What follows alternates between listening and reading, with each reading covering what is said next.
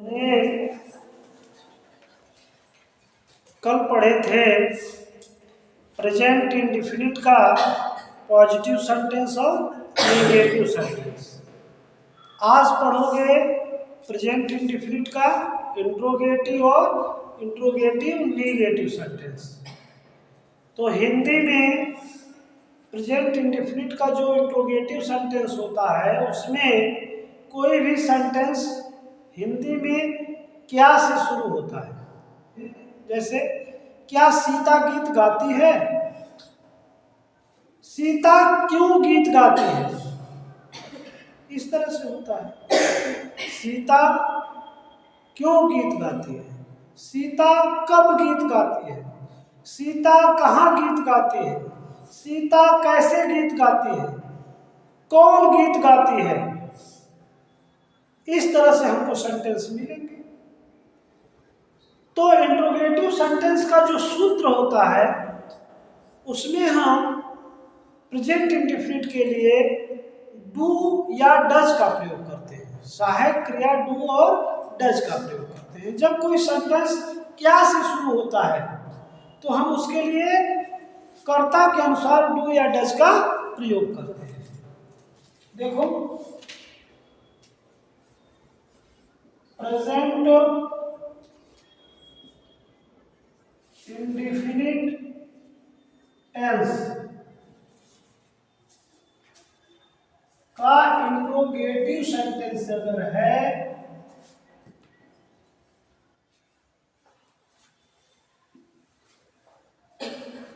तो हिंदी में वह शुरू होगा जैसे क्या सीता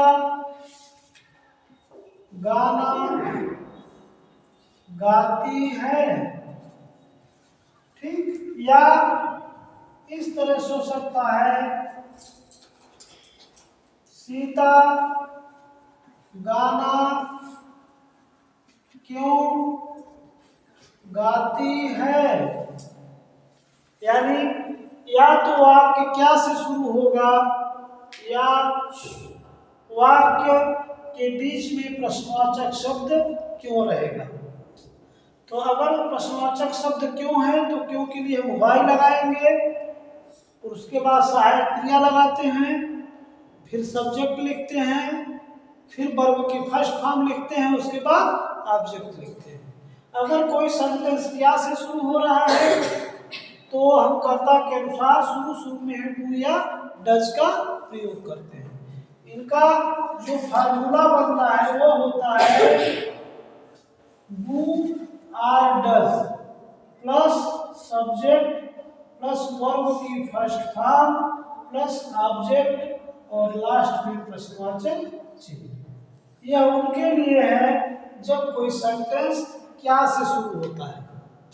और अगर प्रश्नवाचक शब्द है तो उसमें हम क्वेश्चन वर्ड को पहले लिखेंगे, उसके बाद डू और डज का प्रयोग करेंगे, प्लस सब्जेक्ट लिखेंगे, उसके बाद वर्ब की फर्स्ट फॉर्म लिखेंगे, प्लस ऑब्जेक्ट लिखेंगे, उसके बाद प्रश्नवाचक चिन्ह लिखेंगे।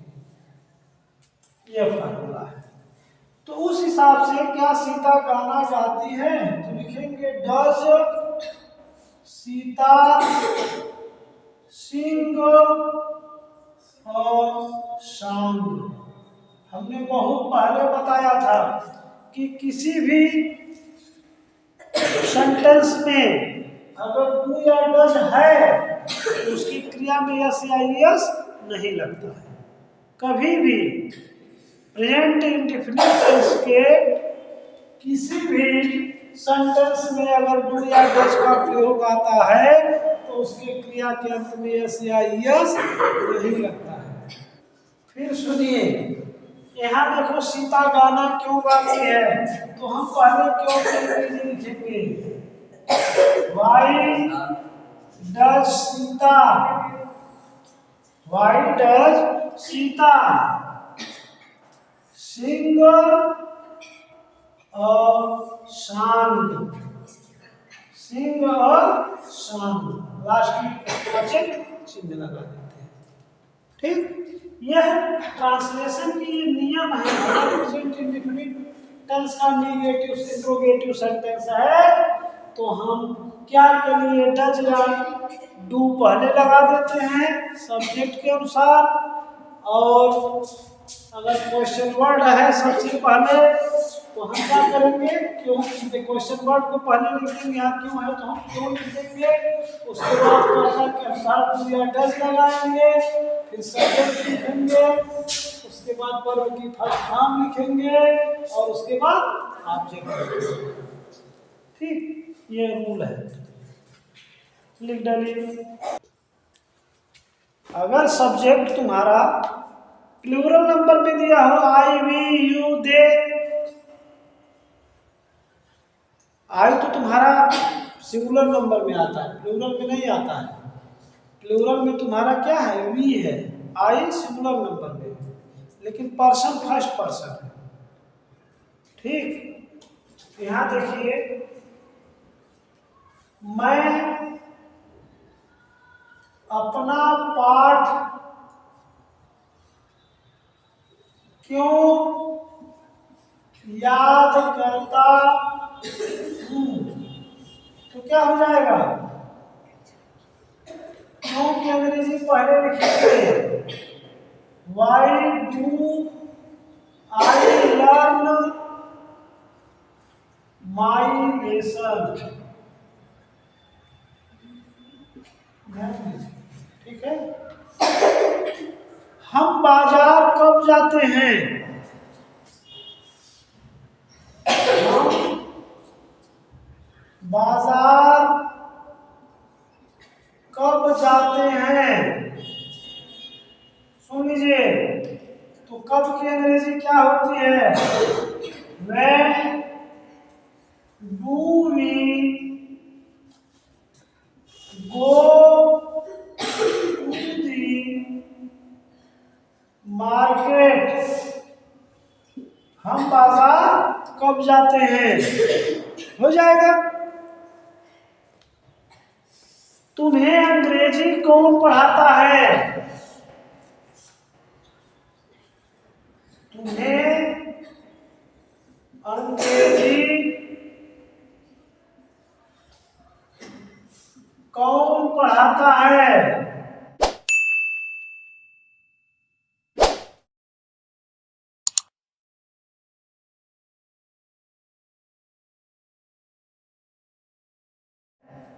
क्या हो जाएगा, कौन की अंग्रेजी, हूँ। अब यहाँ डू या डज नहीं लगेगा, जब तुम्हारा क्वेश्चन वर्ड ही करता हो जाए, सब्जेक्ट हो जाए, तो वहां हम डू या डज का प्रयोग नहीं करते हैं, और वहां हम क्रिया में यस या यस लगाते हैं। ठीक, जैसे किसका हो जाएगा, तुम्हें अंग्रेजी कौन पढ़ाता है, who teaches you English, who teaches you English, तुम्हें अंग्रेजी कौन पढ़ाता है। कोई दिक्कत समझ में आ रहा है ना, तुम्हें अंग्रेजी कौन पढ़ाता है, who teaches you English.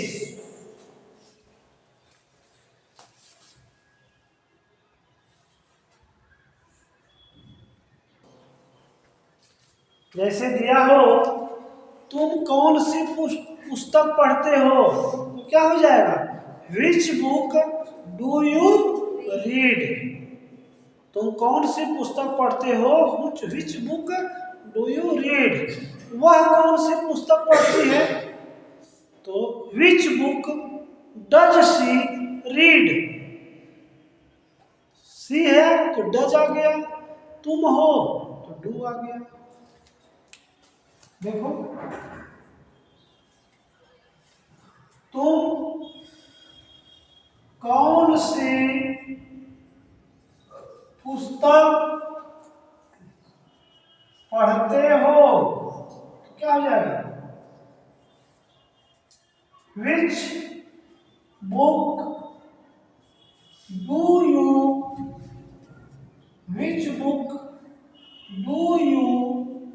Read, वह कौन सा खेल खेलता है, तो क्या हो जाएगा? कौन सा खेल? Which game, which game does he, क्या हो जाएगा? Play, which game does he play. ठीक,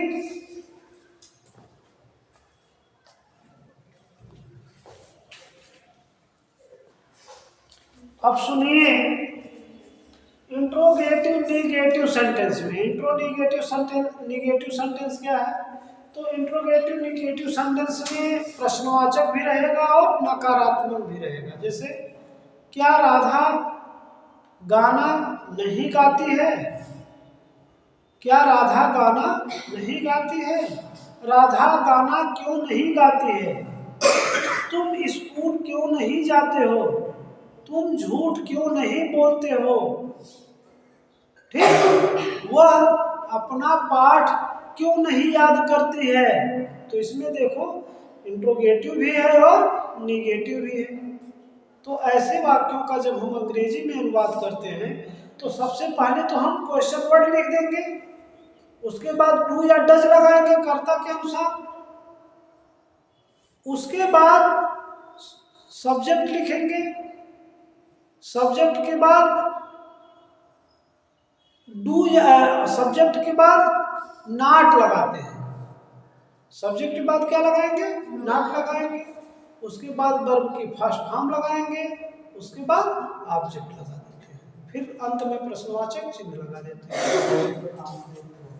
सुन लीजिए, सुनिए, इंट्रोगेटिव निगेटिव के लिए हमने क्या सूत्र बताया?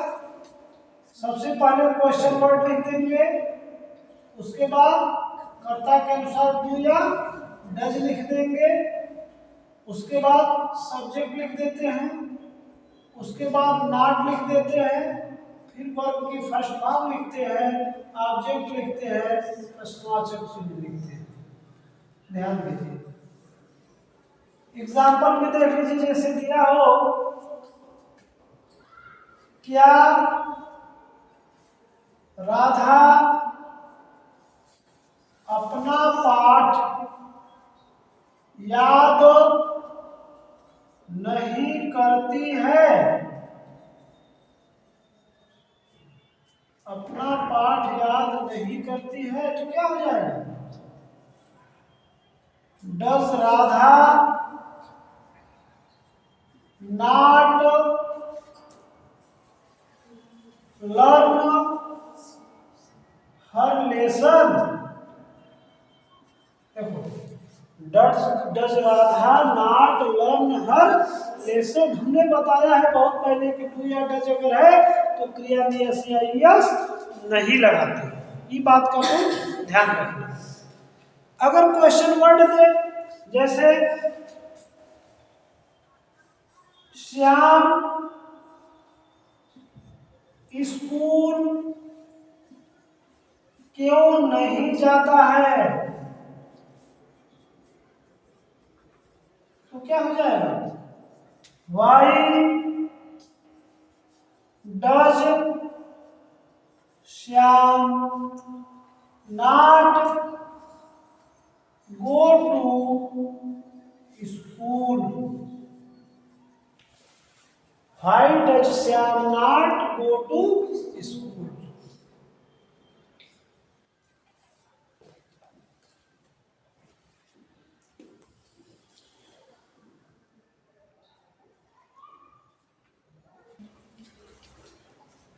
बच्चे कौन सी पुस्तक नहीं पढ़ते हैं? तो which book do the children not read? यही ना होगा। देखो, बच्चे कौन सी पुस्तक नहीं पढ़ते हैं, तो क्या हो जाएगा? Which book do the children